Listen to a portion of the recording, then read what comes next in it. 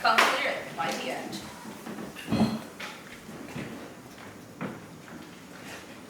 This will be interesting.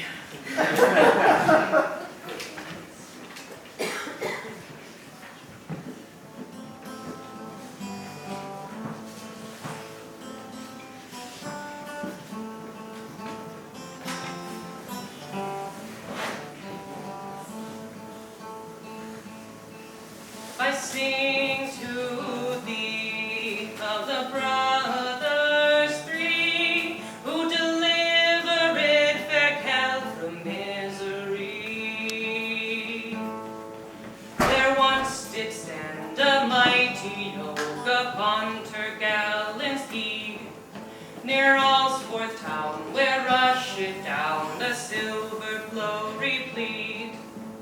Storms were rare, the days were fair, the people strong and bold.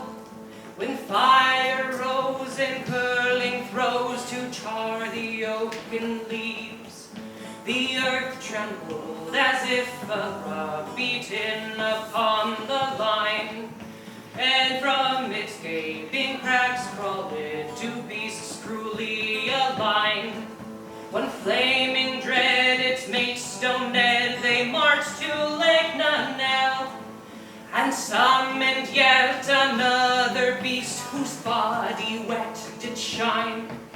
Then from the very sky did fall another monster born of tempest's breath, invisible, it wind in evil form. It swept the land, nothing could stand, the cattle blew away. Disclove the very valley troughs as through the land it tore.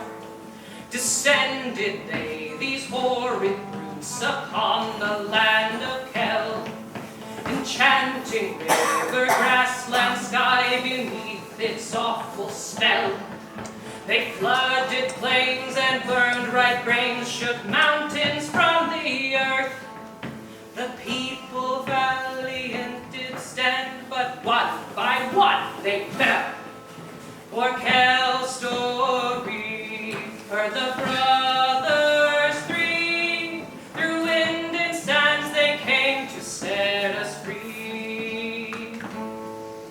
The eldest born was Avonmont, he strong as hardened steel, was followed hence by wise Blackhead, whose cunning all revealed.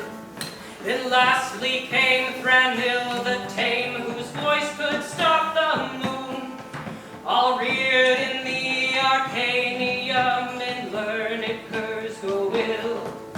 Approach it, so skilled were they with arcane arts, our brothers knew no fear. Approach it they with spells in hand, and called the monsters near. They cast red charms that caused such harm, the monsters toppled thence.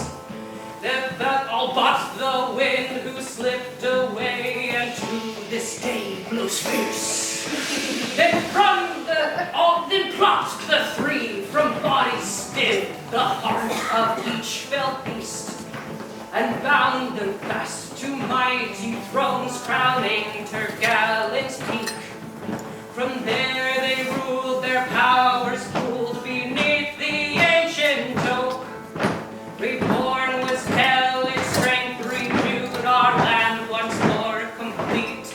On lives the prophecy that the brothers three shall return to us again in time of need.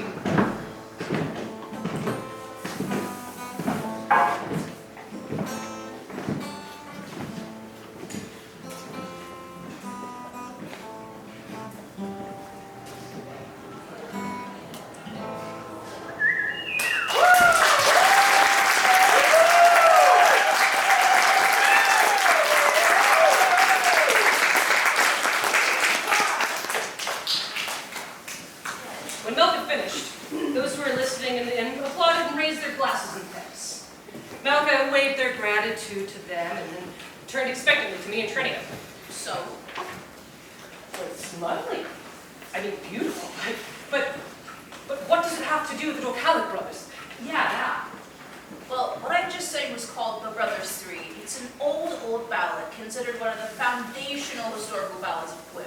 As you've heard, it speaks of the Akazov brothers who tamed these lands and founded Hell 1,000 years ago. They're not legendary figures, they were real people, and they did, in fact, raise the 3 seats of Tergalon and the rest beneath the mighty oak Oleron. Their graves are marked. Most people in Kel are descended from them, so there's no debate about that. What has been debated is the bit about the prophecy that the Brothers Three shall return to us again in times of need. Now, I've traveled around in my day, and I'll tell you that there are plenty of towns out there full of superstitious people, harping about prophecies and predictions. Naturally, most of them are full of crock, but Cothram is not a superstitious place. Kel in general is very straightforward, very logic-oriented, not the kind of place I would put a lot of stock in fanciful tales. But the floods, the fires, the quakes mentioned in the ballad, they're all coming back. The crops are failing. The wind is worse than ever. Even Oleron the Great is dropping leaves out of season. Add on the goblin attacks these past few years, and you're looking at a Kel that was as bad as the one the Akazov brothers found 1,000 years ago. So the people of Kel think that Dorcalic brothers are like the reincarnation of the Akazov brothers? Exactly. You've got Hogren, tall and strong, like Abamon the Brazen. Russ, clever and intelligent, like Flack on the Cunning. And Darlin, so kind he could soothe Brenda to tame himself. It's uncanny how they fit the parts. Plus, they all got that orange hair. Since when is hair prophetic?